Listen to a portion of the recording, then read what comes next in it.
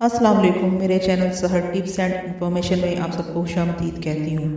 नाजरीन, मेरी आज की वीडियो बाबरी मस्जिद के हवाले से है। तारीख गवाह है कि इस्लाम दुश्मनी में यहूदी और हिंदू इंतहापसंद हमेशा पेश रहे हैं।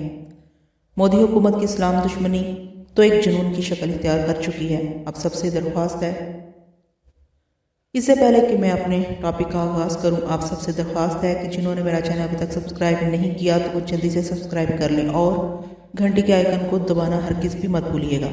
इस तरह मेरी हर आने वाली नई वीडियो का नोटिफिकेशन आपको मिलता रहेगा। हिंदुस्तान में मुसलमानों के साथ होने वाला सलूक किसी से ढका छुपा नहीं। आज कई सालों बाद इनके बड़े लीडर भी हमारे कायद के दो कौमी नजरिए को मान गए।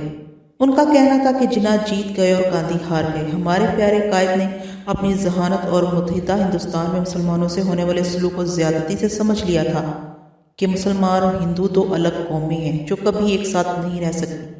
अल्लाह का करम और हमारे अजीम लीडर के बरवक्त फैसले से आज हम एक आज़ाद रियासत के बाशिंदे हैं और अपने अकायद के मुताबिक ज़िंदगी गुजार रहे हैं।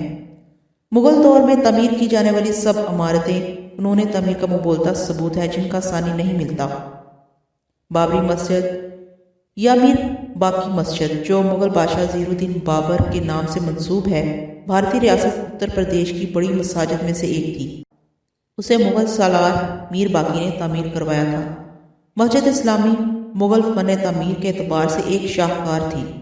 बाबरी मस्जिद के ऊपर 3 गुंबद तामीर किए गए, जिनमें दरमियानी गुंबद बड़ा और इसके साथ 2 छोटे गुंबद थे।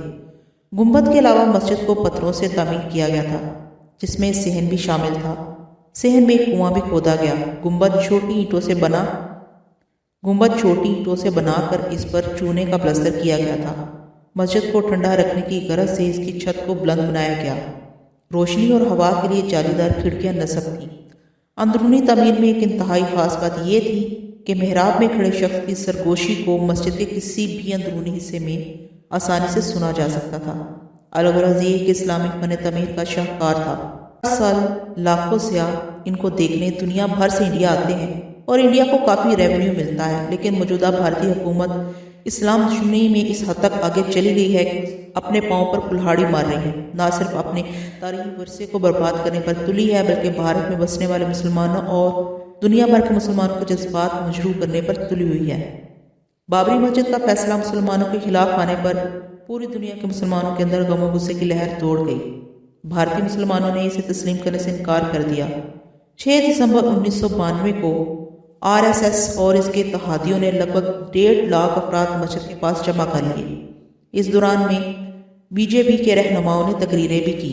चंद ही घंटों में मजमा में हिजान फैलने लगा और नारे बुलंद होने लगे। मस्जिद पर हमले के पेश नज़र पुलिस का पहरा लगा दिया गया। ताहम दोपहर के वक्त एक नौजवान पुलिस को चकमा देकर मस्जिद पर चढ़ गया और जाफरानी झंडा लहरा दिया। हजूम ने इसे हमले की निशानी समझा और मस्जिद पर चढ़ दौड़े।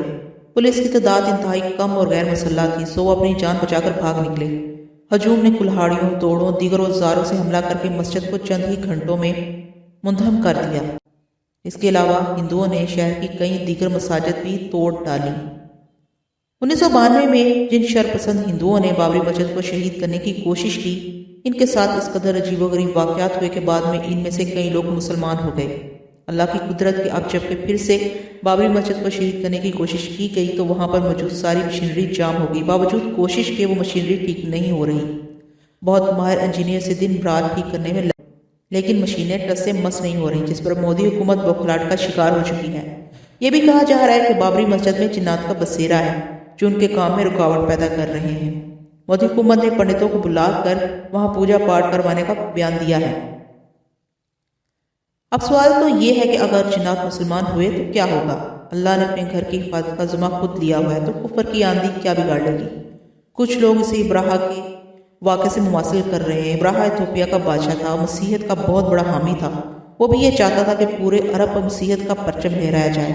अपने इस मज़मूम मकसद की तकमील के लिए उसने खाना काबा पर हमला किया, जिसके जवाब में अल्लाह ताला ने अबाबील भेजकर इसके लश्करों को तबाह बर्बाद कर दिया। ऐसा ही हाल इन लोगों का भी होगा इंशाअल्लाह, जो अल्लाह के जलाल को ललकार रहे हैं।